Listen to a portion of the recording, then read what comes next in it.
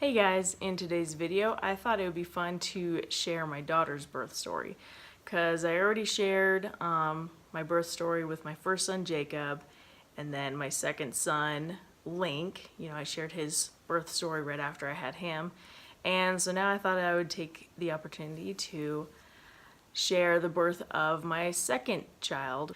Alright, so I don't want to just talk about the birth story because I kind of wanted to touch on the pregnancy and kind of things that happened before that.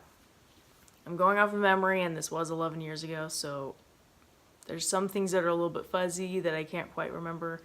So I'm just gonna kind of try to go off of what I do remember. Okay, so obviously if you guys have watched the video about my son who was born, stillborn, you'll know that my first pregnancy and labor and delivery was not the greatest experience to start things off, as it being my first ever experience of having a child, and then obviously losing my child. It was pretty traumatizing, let's just say that. So anyways, after I had him, I was extremely depressed, which is pretty normal. And it was just really hard for me to wrap my head around having to go through that again, with the likelihood that I could lose another child. Anyone who's lost a child understands how difficult it can be to want to jump on that train again and just start all over again and try to get past the pain and just the emotional turmoil of creating another person, and with the hope that they will be born alive. So anyways, my husband and we had talked about just adopting after Jacob, because pregnancy was really hard on me physically and emotionally. And I just really did not want to get pregnant again, and so it was really hard for me to wrap my head around being pregnant again. And I think it was about a year after we had lost our son, a year after he was born. I remember it was around my birthday, so it was around May of 2006. And my husband kind of was hinting that he wanted to try again for another child. And every time he would bring it up, I would just be like, no, I can't. Like, I just want to ignore, like, him, sending out those signals that he wanted to try again. And I kept feeling, like, deep down that I wanted to try again, but I didn't want to admit it. And so it was pretty hard. But then finally I was like, okay, let's go ahead and try again. It was still very fresh, because even after a year after you've lost your kid, even after several years, you don't fully get over it. It's very hard to move forward and move on. I found out I was pregnant. I think I officially found out I was pregnant. I know it was before Father's Day. So I got pregnant pretty fast, because I remember we had announced the pregnancy to everyone on Father's Day. And how we had announced it, and I'll put a picture up. I thought it would be fun to get a t-shirt that had that little baby on board sign. So I got that as a t-shirt, and I thought it'd be funny. So we went to my in-laws' house, because they lived near us at the time. And we were having, like a Sunday Father's Day thing. So we went to church with them. And then when we got home, I changed out of my church clothes and put the shirt on. And I was just like so nervous. Not only was I nervous about being pregnant again, but I was nervous about how everyone was going to respond to me being pregnant again shortly after, losing Jacob. I remember my sister-in-law, Molly, she was the first one to notice, and she looked at my shirt and she was kind of like, huh, that's kind of And then like it like clicked and she was just freaking out. And then of course everyone else is like, what are you freaking out about? And then of course we were like cats out of the bag and everyone knew. So that was pretty fun being able to tell everybody. So I remember talking to my sister-in-law because she was like, well, how are you feeling? Because she, knew how sick I got with the last pregnancy. And I was like, oh, I'm actually feeling really good. I felt weird, like I could tell that I was pregnant. I didn't feel sick quite yet. So I thought, okay, this is going to be different. The pregnancy is going to be different. Things will be okay. Well, about a month or two later, that was when everything kind of got really difficult because the morning sickness, which it was not just in the morning, as any of you that get sick know. For me, it's pretty much 24/7 sickness, and I'm sure a lot of women get that too. So if you get that as well, that sucks, and you have my sympathy because it's not easy. So that's when things got really bad because I was already still kind of in mourning over my son, and it just was like really bad for my depression because I was like kind of starting to get out of it, but being really sick tends to bring out my depression really bad. And so me being, overloaded on pregnancy hormones as it is, but then also being really, really sick. And it wasn't just like, oh, I feel nauseous. It got to the point where for at least until I was at least 5 months pregnant, I could not keep food down. It was really bad. Like I was losing a lot of weight. I think I lost at least like 20 pounds when I was pregnant with Wednesday. Because I would eat, throw up, eat, throw up, eat, throw up, and I could only stomach like very small meals. Like I would like nibble on cucumbers and then throw it up. Yeah, so it got really bad and I couldn't keep anything down and it was just really frustrating. And then I just started getting angry. And I would vent to my husband a lot. I was just like, oh my gosh, like it's happening again. This baby's gonna die too. This feels exactly how I felt with my last pregnancy. And I bet you I'm not even gonna have a baby this time. And I was just like, just in a really bad place. And there was some days where I was so sick and I had been throwing up all day. I even started having like suicidal thoughts and just thought about like hurting myself, and it just got really bad. I think that I wasn't fully emotionally healed from what happened with my son, and I didn't really fully deal with it or address it in a healthy way. And so my pregnancy with my daughter was probably almost even worse than my pregnancy with my son, because I just wanted it to be over. Like I thought about like purposely falling down the stairs, and I just remember how dark it was. And anytime it's hard for me to read those journal entries because they're so dark and I was so depressed that it's just really hard for me to remember back that. It's like I didn't really get to even enjoy the pregnancy because of my depression and just how bad my thoughts and everything were. Luckily, once I hit the 5-month mark, the pregnancy started to kind of ease up. I was no longer sick. So then towards the end of the pregnancy, my moods kind of lifted up a little bit more. I wasn't nearly as depressed. I forgot to mention so I was really nervous because when we went to the doctor to find out the sex of the baby with my son Jacob, that was when they kind of saw something was wrong. And then a few days later was when we found out that he had a heart defect and that whole thing. So I was really nervous about finding out the sex of the baby. I mean, I was excited because I wanted to find out what I was having, but at the same time, I just had this little thought in the back of my head, just like, oh my gosh, they're gonna find something this time too, and something's gonna go wrong, and all that. So I was really stressed about that.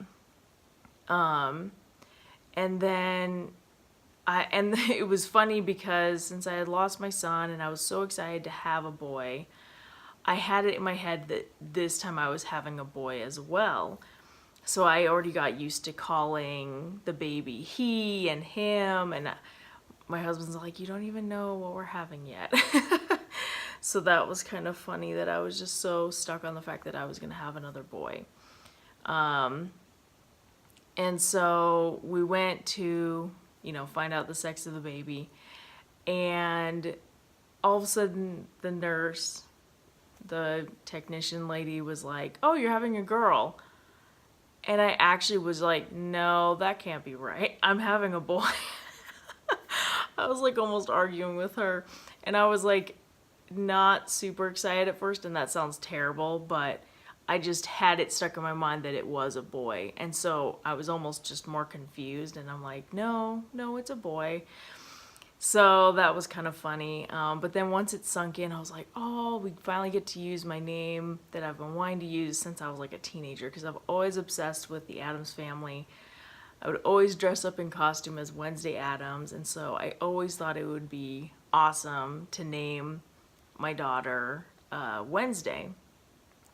And I never thought I would marry someone that liked the name Wednesday or would allow me to use it. And then I meet my husband, and he's like, oh, I love that idea. I love that name. And I was like, seriously? I'm like, oh my gosh, I'm going to marry you tomorrow. So yeah, we decided to name her Wednesday, and we really loved the name Victoria, so that is her middle name. And we got to go home and celebrate that we were having a girl, and then we finally were able to start buying baby stuff. And I think that was pretty therapeutic for me, was being able to start buying baby stuff. Because with Jacob, we never really bought much. We got a few gifts from people. We bought a crib, but we never set it up.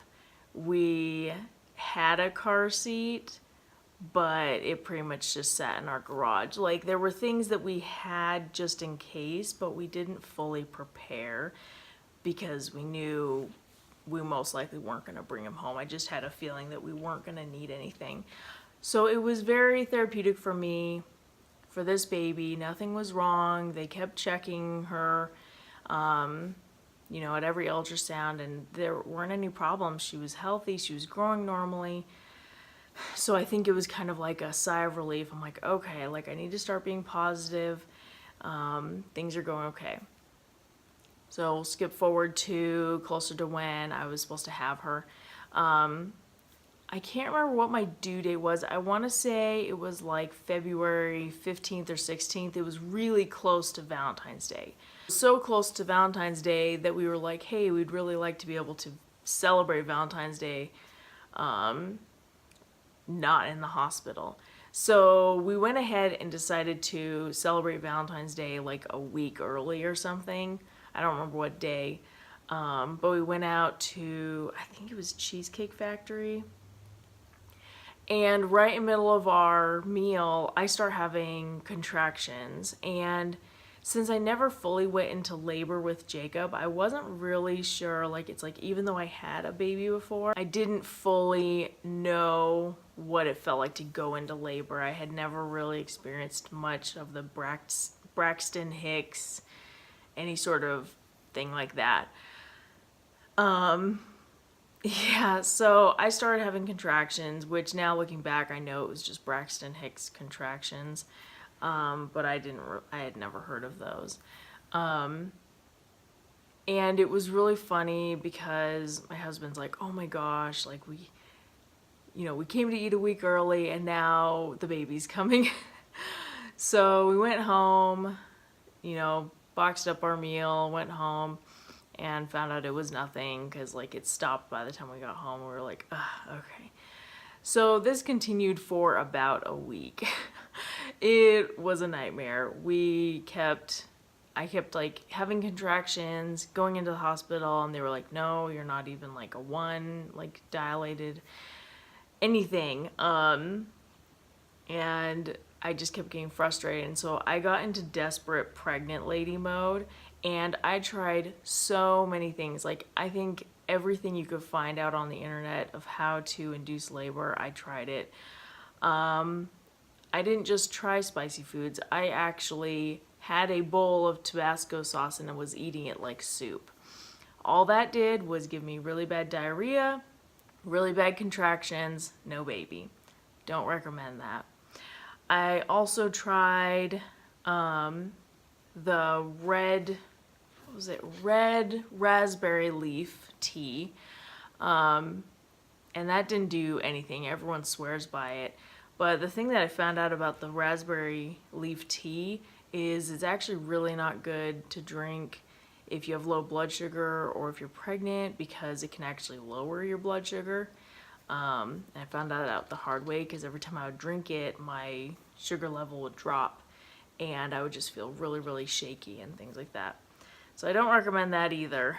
I think I tried castor oil. Man, we just tried everything. Like you go down the list of everything you can try.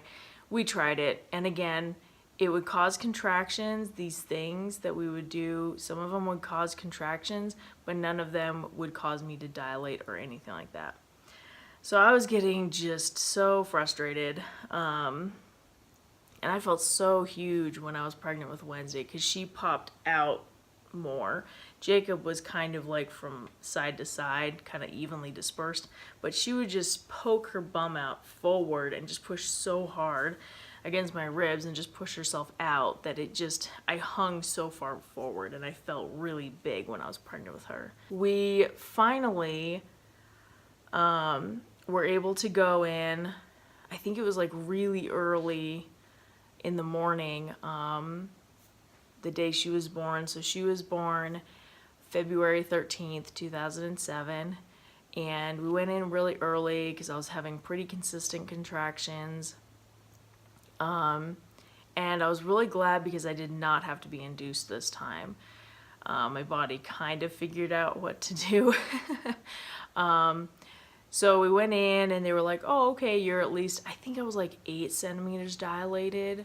But I was pretty close. So I was close enough that they were able to admit me. I got all set up, and I told them about the problems that I had with having an epidural last time, that it kept working and then not working. And so they were like, oh, well, we could do a spinal tap or a spinal block, whichever one it is.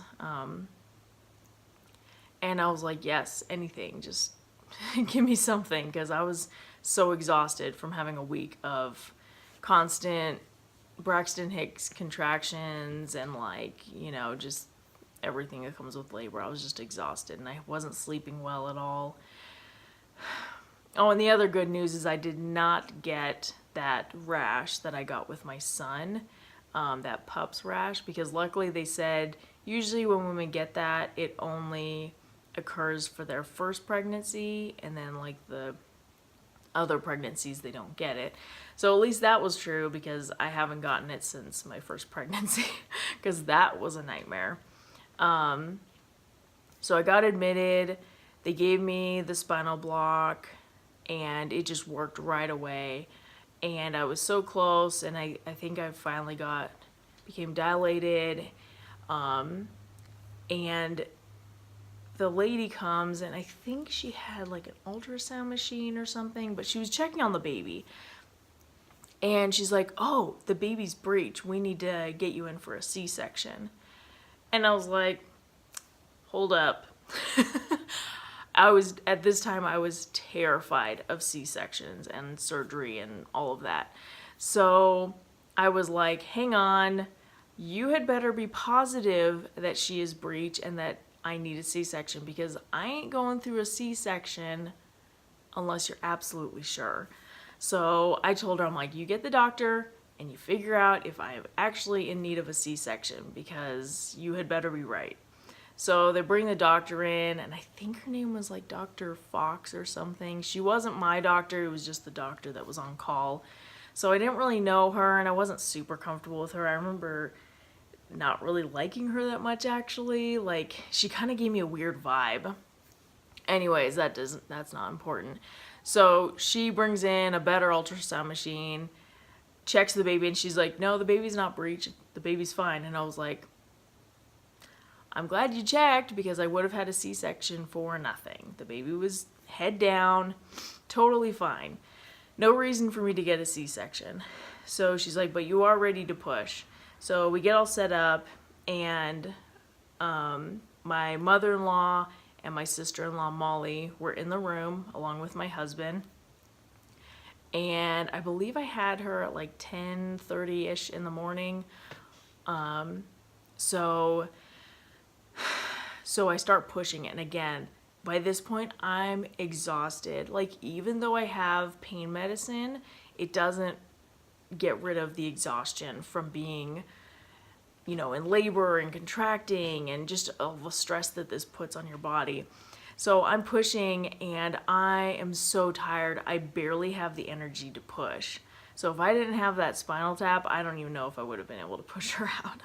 I was way too tired. And I remember they had to give me one of those oxygen masks because I was not getting enough oxygen.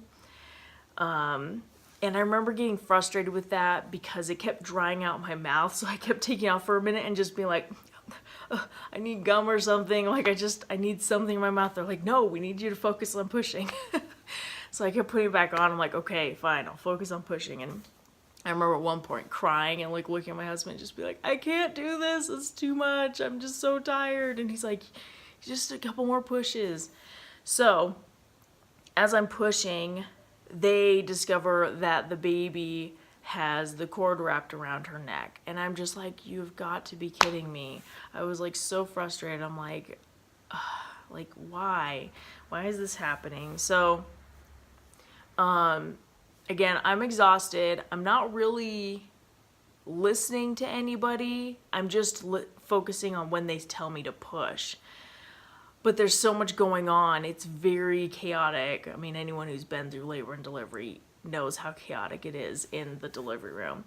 So the doctor, instead of saying stop, she wanted me to stop pushing, but instead of saying just stop or give me a minute or something, she says, don't push.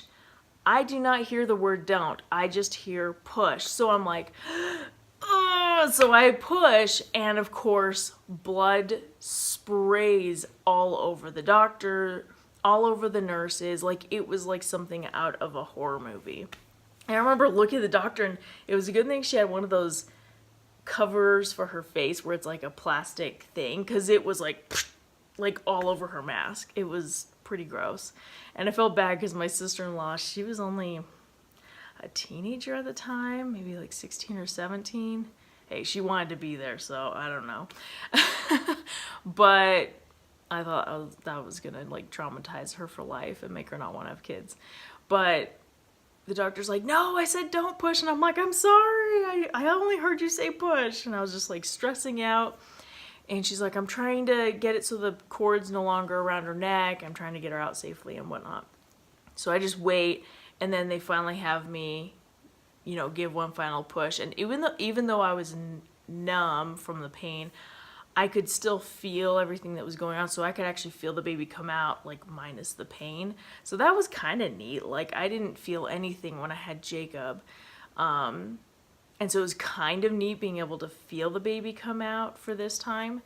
I don't know if that's the difference between an epidural and a spinal block, but that's just a difference that I noticed myself when having my daughter. So she's born, and we all knew that the cord was wrapped around her neck, and guess what? She's not crying. And I am just having a meltdown, like a mental meltdown inside, and I'm just like, oh my gosh, the cord was around her neck too long, she's dead too, like, you know, just the worst has happened. So they don't give me the baby, they rush her over, and they're like, you know, rubbing her and trying to like stimulate her and do all of that. And what felt like 5 million hours of my life, finally she starts crying. And literally, when I hear her start crying, I am just so relieved. I don't remember if I cried. I don't think I cried, but I was just so relieved. I just remember thinking, oh my gosh, she's crying, she's here, she's alive. I can't believe I did it. I can't believe we did it. It was just so surreal. Like, I couldn't wrap my head around it. So they wrap her up, they kind of clean her up a little bit, and they wrap her up, put a little hat on her, and they give her to me, and they're like, oh my gosh, she has like dimples, like the cutest dimples ever. And I was like, what? Like, literally, not on my side of the family or my husband's side of the family, no one has dimples. And she has these two super deep dimples on both of her cheeks, and they're the cutest things ever, but we have no idea who she got them from because we don't have dimples. Like, it's kind of funny. But the nurse saw them and I was like, what? She has dimples? That's so weird. So they hand me the baby and I literally look at my daughter, and the first thing I remember thinking was, what? She looks exactly like me. Like, it was kind of funny that was my, it wasn't like, oh, she's so beautiful, like, oh, it's my baby. Like, I just remember almost being weirded out, like, you look literally exactly like me. You know that, right? So that was kind of funny. And then it kind of like sunk in, and I was like, oh my gosh, my baby's here. So of course I'm like cuddling her and kissing her and just so relieved that she's here and that she's healthy. And they checked her, and luckily the cord was not wrapped around her neck tightly or long enough that she was okay. There was no permanent damage done. So it was just awesome. And our time in the hospital, my recovery was so much easier because I was not on an epidural for 3 days. I wasn't in labor for 3 days. So I was up and walking around like right away, which was really nice. And it was kind of interesting because when they took me to the recovery room, it happened because I had her at the same hospital that I gave birth to Jacob. And we ended up in this exact same recovery room as when I had Jacob. And I just remember thinking like, oh, that's kind of funny. And I had mentioned something to the nurse, and she was like, oh my gosh, do you want to be moved to a different room? And I was like, no, you know what? Like, this will create a positive memory for me in this room. Like, and, you know, it's kind of neat, the thought that I had, you know, both my kids and we ended up in the same recovery room. Like, it didn't seem to upset me. So I was happy. I was like, nope, I'm fine with this room. We'll just stay in here. And it was just so nice. Like, we were able to, like, I remember the first diaper we changed. Like, me and my husband were sitting in my hospital bed and we're changing her first diaper, and it's like that weird tar poop stuff that you see. And we were just so excited and so just in the moment and loving the moment. And it was like what we had been waiting for, you know, that good experience. And let me just tell you, like, it wasn't easy, you know, going home and, you know, not getting sleep and stuff like that. So it wasn't perfect, because anyone who has taken care of a newborn knows it is not perfect and it is not easy. But when I think back to that time when I had my new daughter and I was able to take care of her and change her and do all those things that I missed out on doing with my son, I loved every moment of it, and I took advantage of every moment, and I just was so grateful. And ever since then, I just, I don't want to get emotional. I just love my daughter so much. She has become my best friend. She is the sweetest little girl I've ever met. She makes me laugh, and just these last 11 years, she has been able to heal my heart like I never thought anything could. And I just have always been so grateful that she is here and that she's okay and that I get to spend every day with her. Just couldn't be happier. I am so grateful for the children that I have, and I'm so grateful for my husband and all that we've been through together, and just how we have come to be on top. I hope you guys enjoyed this video. Thank you so much for watching, and I will see you next time. Bye.